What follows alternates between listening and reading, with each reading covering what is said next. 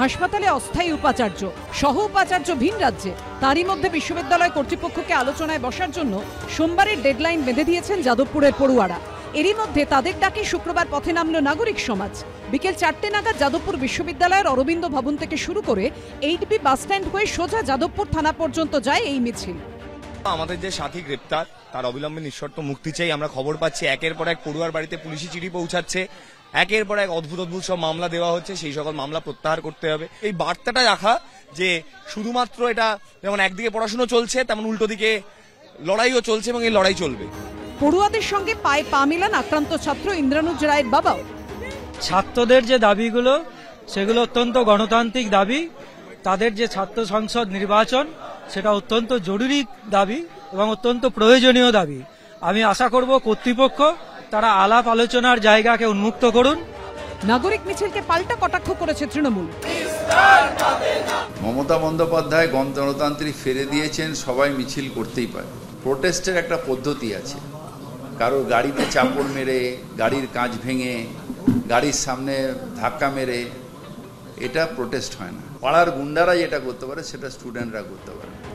সোমবারের মধ্যে বিশ্ববিদ্যালয় কর্তৃপক্ষ আলোচনায় না বসলে কড়া পদক্ষেপের হুমকি দিয়েছেন আন্দোলনকারী পড়ুয়ারা।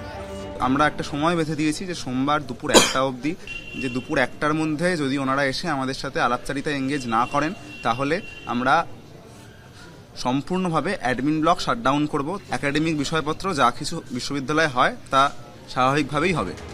এর মধ্যে শুক্রবার কলকাতা হাইকোর্টের বিচারপতি তীর্থঙ্কর ঘোষ নির্দেশ দিলেন 13ই মার্চ পর্যন্ত কোনো সংগঠন যাদবপুর বিশ্ববিদ্যালয়ের সামনে বা বাইরের চত্বরে আদালতের অনুমতি ছাড়া মিছিল বা সভা করতে পারবে না।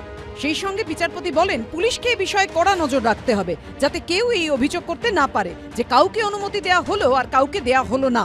সম্প্রতি সুলেখা মোড় থেকে শুভেন্দু অধিকারীর মিছিলের অনুমতি নিয়ে টানাপোড়েনের জল গড়ায় কলকাতা হাইকোর্ট অবধি। এদিন কলকাতা হাইকোর্টের বিচারপতি তীর্থঙ্কর ঘোষ সেই মিছিলের রুট বদলে দেন।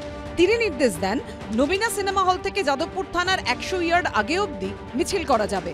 থানার 100 ইয়ার্ড আগে ব্যারিকেড দেবে পুলিশ।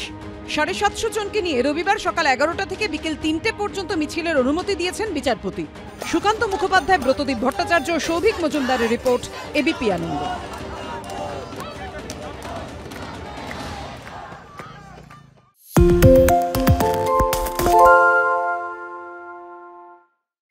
সত্য অন্তহীন, সত্যের খোঁজও তাই, সত্য সন্ধানে তাই আমরা অক্লান্ত, অকুতভয়। এবিপি আনন্দ নতুন ভাবনার প্রতীক, যা মনে মুক্ত, তথ্যে যুক্ত এবং যাবতীয় সীমানার বাঁধন থেকে মুক্ত।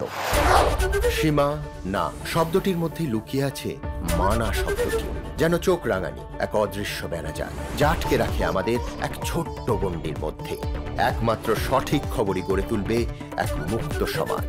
সেই জগৎ গড়ার লক্ষ্যে কোনো সীমানার ঠুকুটি আমরা মানব না। এবিপি আনন্দ এগিয়ে থাকে, এগিয়ে রাখে।